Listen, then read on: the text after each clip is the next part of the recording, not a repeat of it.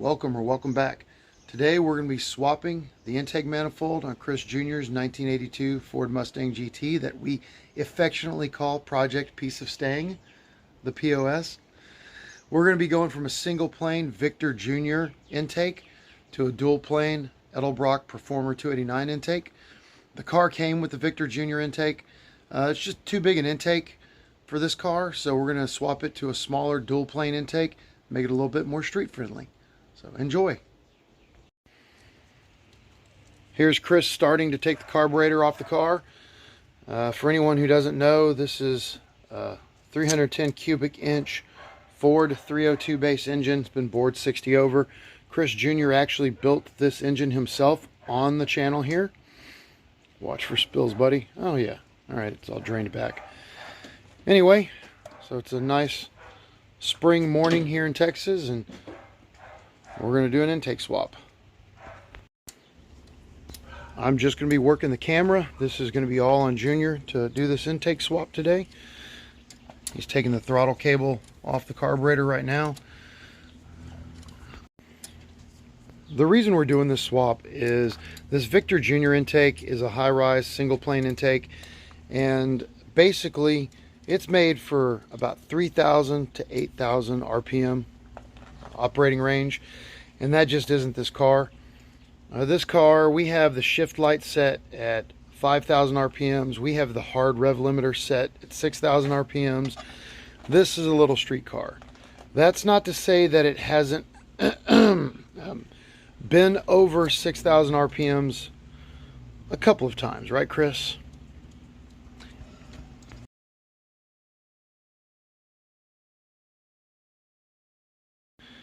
Mistakes have been made in the past. That's why we have a rev limiter. Try to lift it straight up, not to spill too much gas out of it.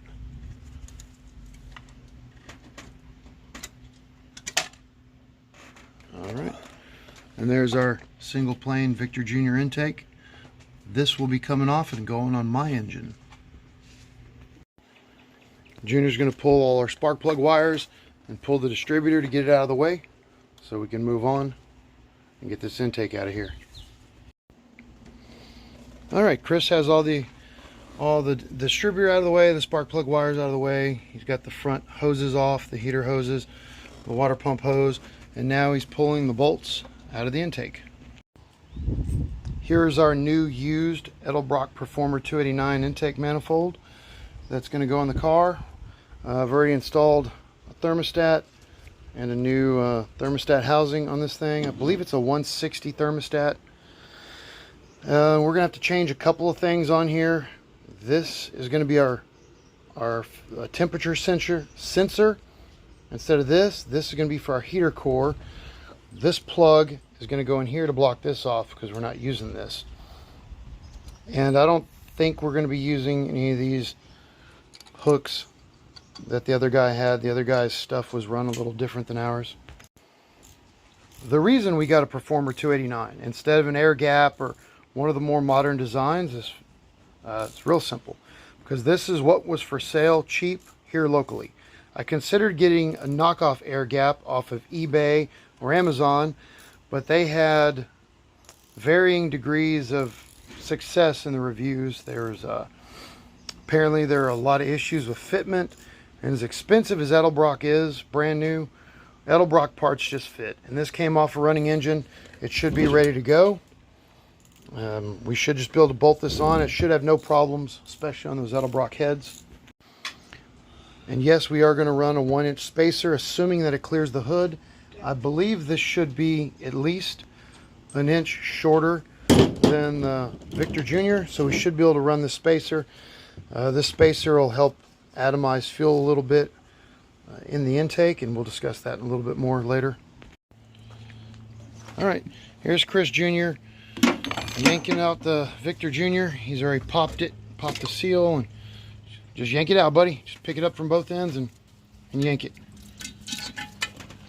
All right, and the Victor Jr. is out. Initially, when I picked this up, I was going to take this and I was going to port this out and show Kris Jr. the difference in port size and all that, and how to port. And then I realized that, I mean, there's a little bit of material to take off this thing, but it's not horrible. And it won't matter because our heads aren't ported to match anyway, and we're not going to pull the heads. So I just decided to skip that. All right. Here you can see the high-rise Victor Jr. versus the regular dual plane Performer 289. Even with the 1-inch spacer, the Victor Jr. is a little bit taller. So we're definitely going to be able to run our 1-inch spacer on this without a problem, without any hood clearance issues or anything. If you've never seen the inside of a dual plane versus a single plane, the single plane is just straight shots all the way to the cylinders. Shorter runner as possible. The dual planes wrap around and twist around. They're a longer runner intake even though it's shorter. And there you go, there's a comparison. Alright, we have come back through. Now that the intake is gone, we've cleaned up our head mating surfaces. Friendly reminder to always tap all your bolt holes, because all that old gasket seal and junk and antifreeze can get in there, and you can crack a head if you thread into your heads and the bolt hole is full of stuff. So we tapped every bolt hole. We came back in with a shop vac after we cleaned up the mating surfaces, and we vacuumed out the lifter valley. So that way there's no junk that's going to get in our oil. Any antifreeze that we spilled has drained down through the block into the oil pan, and we're now going to, well, here in a little while we're going to do an oil change and get all that out of there. Pro tip, if you don't want to mess up your gaskets and when you're lining up your intake and stuff, get some 3/8, I think these are 3/8 18 thread, all thread. Just take your intake bolt down to the hardware store and match the thread pattern. Put 4 pieces of all thread in there. Just hand tighten them down. You lay your intake gaskets down, let them start drying in place. Lay your intake on top of it, and then once the intake is lined up, hand start your other bolt holes, your other bolts, and then remove these and put your bolts in there, and that'll make sure your gaskets and your intake are perfectly lined up every time. And I know there'll be someone on here to comment, I've never had to do it that way. Well, professionals screw up intake gaskets all the time. This is a quick, easy way to make sure they're always perfect. What I was saying earlier about teaching Junior to port stuff is I now kind of wish I had taken the time to port this Performer 289, because if you look here, here's the Felpro gasket against the Victor Jr. And the Victor Jr. is actually bigger port than the gasket. The gasket would need trimmed. But when you come over here to the Performer 289, there's material. The gasket's plenty big. So the intake is going to be a little smaller. It's not going to flow as well. But that means, at least that means I won't have to port this Victor Jr. But if you come over here to the heads and you throw these on, you'll see that the heads also fit the gasket pretty well. There's not much room to port the heads, and these heads mounted up or fit that intake really well. They really fit the Victor Jr. perfectly. So I wish these did, but it's not a huge deal. It's just a little street car. But I am a little bit disappointed in myself for not taking the time to port this. Maybe next time it has to come off. Maybe we'll take the time to do that. One other reason I wish I could have gotten an air gap intake is the rear fluid crossover. The Victor Jr. and the Performer 289 do not have a rear fluid crossover. The air gap intake does, and I know the factory ones don't, and this car has never run hot. I just really don't like deadheading the antifreeze somewhere. I really like the antifreeze to be able to flow everywhere, especially when it's 110 degrees in summer in Texas, but maybe next time. Here are our pieces of all thread doing work, helping us line everything up. Our gaskets are perfectly in line with the air intake ports, and we've glued them down with ultra or mega gray, whatever gray gasket seal around the water ports, 360 degrees. Kris is doing the other one right now, and then we're going to throw our intake on. Here's Junior installing the new intake using our all thread. Just line up your four bolt holes. Drop it nice and evenly, nice and smooth. Make sure it's setting each side evenly. There we go. Nice and easy. All thread doing the work. All right, here's Kris Jr. putting our intake on, using our all threads to line everything up, nice and straight and even. Lay it down on there, try not to disturb the gaskets. All right, now start getting the bolts buddy and start hand tightening them, and then we'll go through our torque sequence. Hopefully that should seal.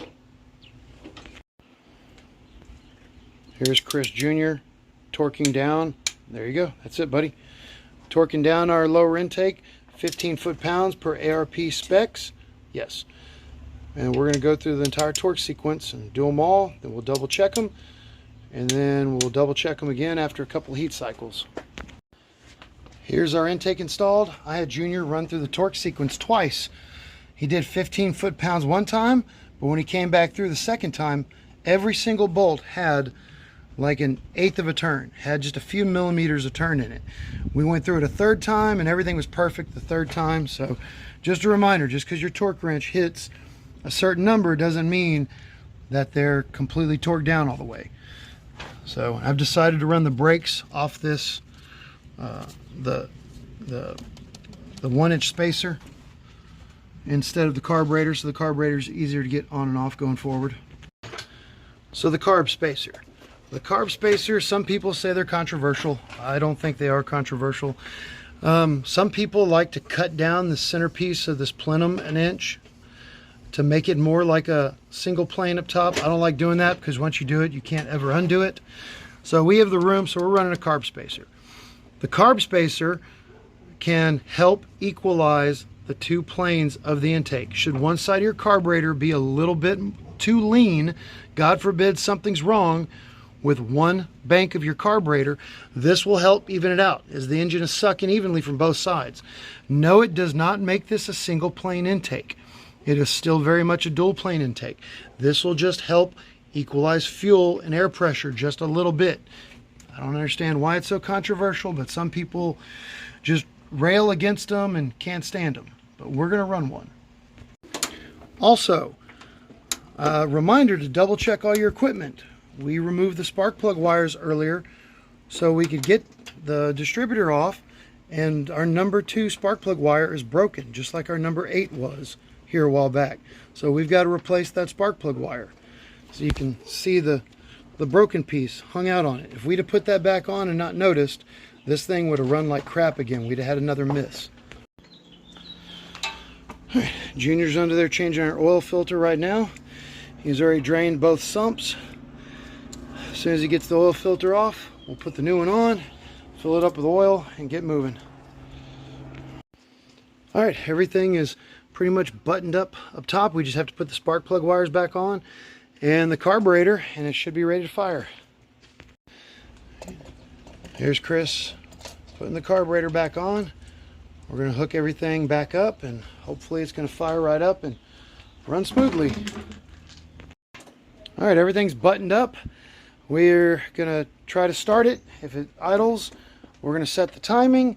We're going to check for leaks, vacuum leaks, and fluid leaks, and hopefully this is going to work. Go ahead and try it, Kris. Oh, we're getting fuel pressure. There we go, a little bit of fuel pressure. Come on, baby. Pump the gas a little. There we go. Oop, okay. Alrighty. Well, that's probably going to be a timing issue. Just a second, Kris. Try to start it again. Try it again. Try it again.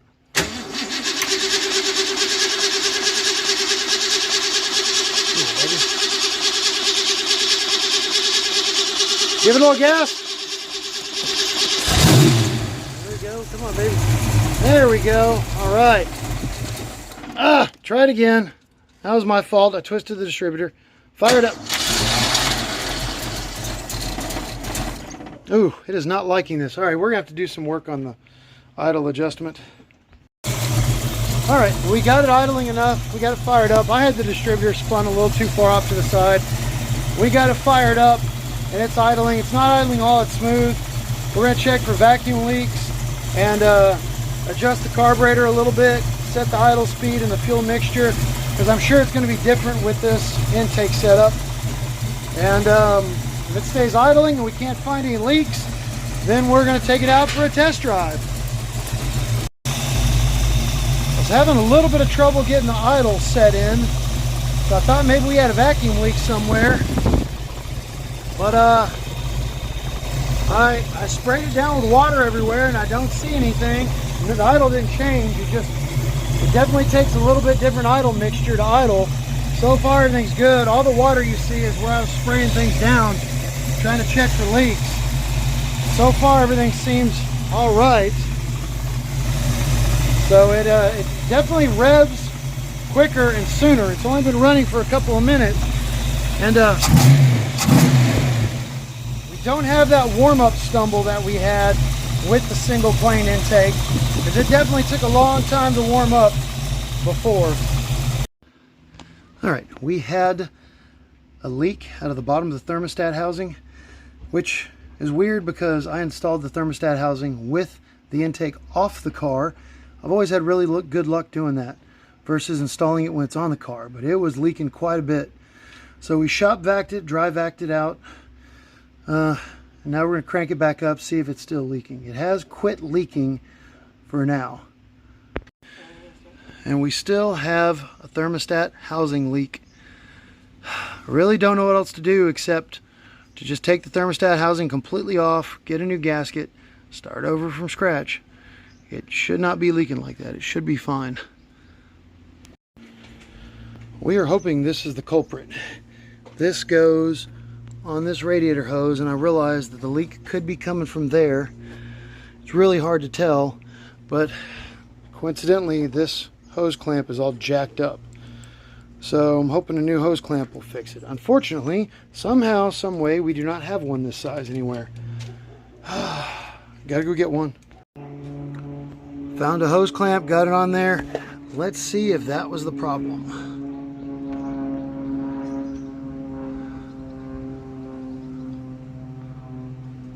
Start it, Chris. Alright, we'll have to give it a minute to pressurize and see if it's still leaking. Alright, thank God.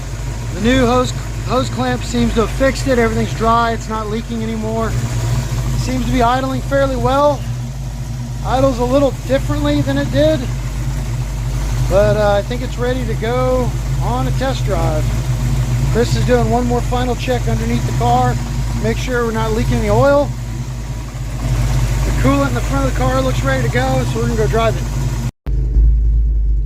All right, well, it's warmed up for a little while. It's come up to operating temperature, no leaks, so we're ready to hit the road. So if I didn't explain it earlier, and I don't remember if I did, the Victor Jr intake we had in this thing is a big single plane intake. It's for 3,000 to 8,000 RPMs, and this car did not really move out of its own tracks till 3,000 RPMs. It was kind of annoying. As a street car, we're only winding up to 5,500 RPMs. We have a hard rev limiter at 6. We're trying to shift between 5 and 5,500. That huge intake just wasn't what this car needed. It's got a cam, it's got heads, but all those things are supposed to top out by 6,000 RPMs. So we're hoping this dual plane intake will be a little more street friendly, be able to get it off the line a little bit quicker, and not have to be wound up to over $3,000 just to move out of its own way. So let's go see. So far here in the neighborhood, we've already got just a little bit more pull. 1,500 to 2,000 RPMs, just getting it moving. I don't have to rev it up and feather the clutch up to 3 grand to get it out of its own tracks. 1,500 RPM, you can gas it and it will pull, which I like.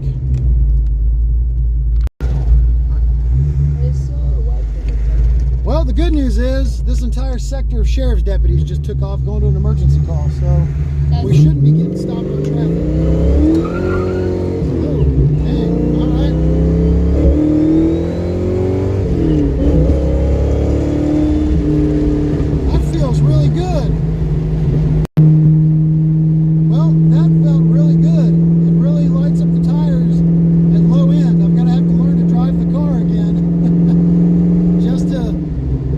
Everything out, but it feels great.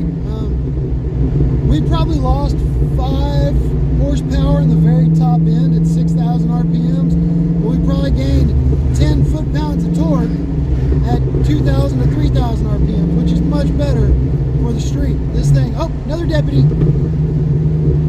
Got to pull over. Good news is he's not coming for us, because we know where they're going. They're going to something very important.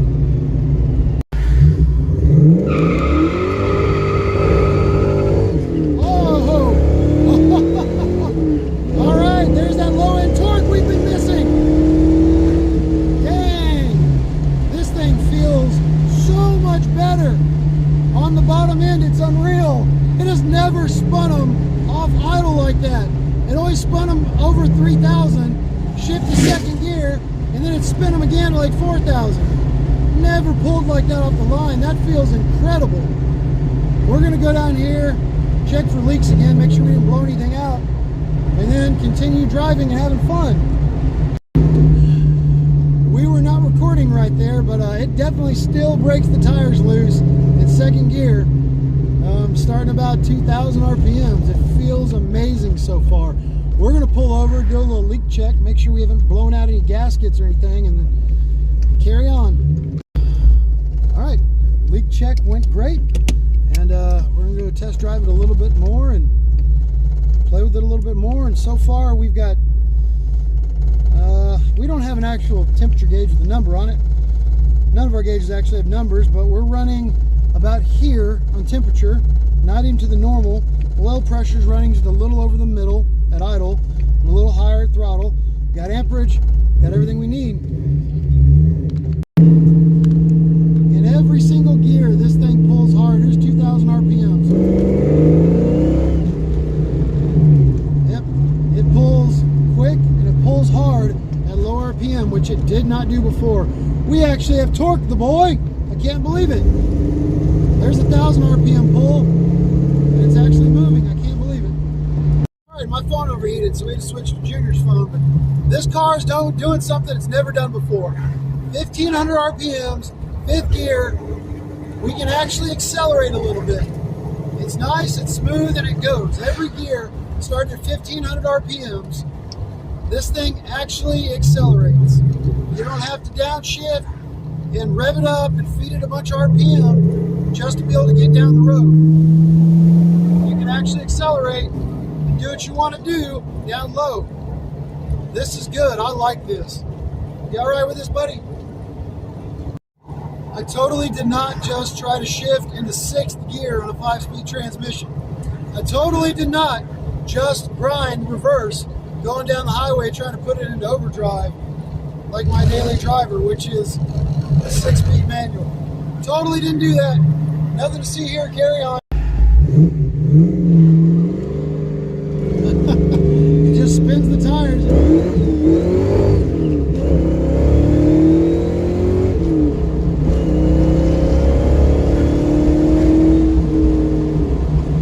So much more low end torque. I love it. I just noticed something. We no longer have our major flat spot that we had going from no throttle to wide open throttle.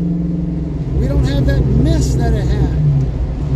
We can just go from no input to, and it just accelerates. I guess that was a combination of the cams, the head, the smaller carburetor, too big an intake, but we don't have that big flat spot that we had. That's awesome. Here we are in third gear, accelerating up our big hill in our neighborhood really easy and smooth. So this is great. Another thing we discovered with this video, we just got home, our test drive is over, it's absolutely perfect. Just instant hot starts. Yeah, better than it's ever been. That's awesome. All right, well, this went better than I could have ever hoped for. It was amazing. The car has got all the missing low-end torque that it didn't have before. It still pulls up to 5,500 RPMs. It still feels good in the street, doesn't it? This is a good thing. I'll be completely honest.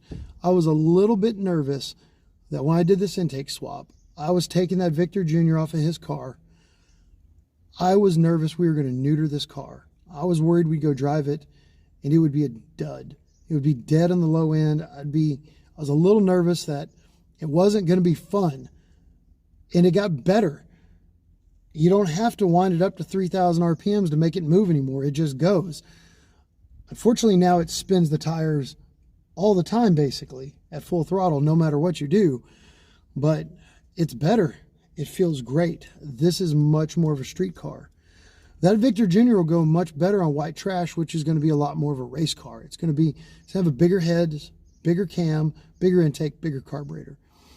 This engine needed this intake. This is a Trick Flow Stage 1 cam. It's 499 by 510 lift, 221, 225 duration at 50 thousandths, 112 lobe separation. It's really only designed to pull up to 5,500, 6,000 RPMs, and that's what we're doing. And these heads are 190 intake valve, 160 exhaust valve. They're not ported. They're right off the shelf. They're made for 5,500 to 6,000. And that's what we're doing. This carburetor is only 600 CFM, single fuel intake, single pumper, Edelbrock 1406. It's only made to move a little bit of fuel and air, and that's what it's doing, and it runs great. This feels amazing. It worked out better than I could ever hope for. And are you happy with the car, Chris? You did a great job today. He did all the work. I just stood by, looking beautiful, working the camera. And I could not be happier with this. If you've got a single plane intake on your little street car, swap it to a dual plane, regardless of what that is. Just do it. I wish I'd have done this when we put this engine in this car, but we didn't have a dual plane intake sitting around. All we had was the big single plane. I wish we'd have done this the whole time, but this is amazing. It feels great. 2 thumbs up. So we are hot, tired, sweaty. It's hot here in Texas. Earlier in the video, I said, oh, it's a nice spring day. Yeah, it's when we were in the shade. It is now summer because it's afternoon and we're dying. So thanks for watching. Bye-bye.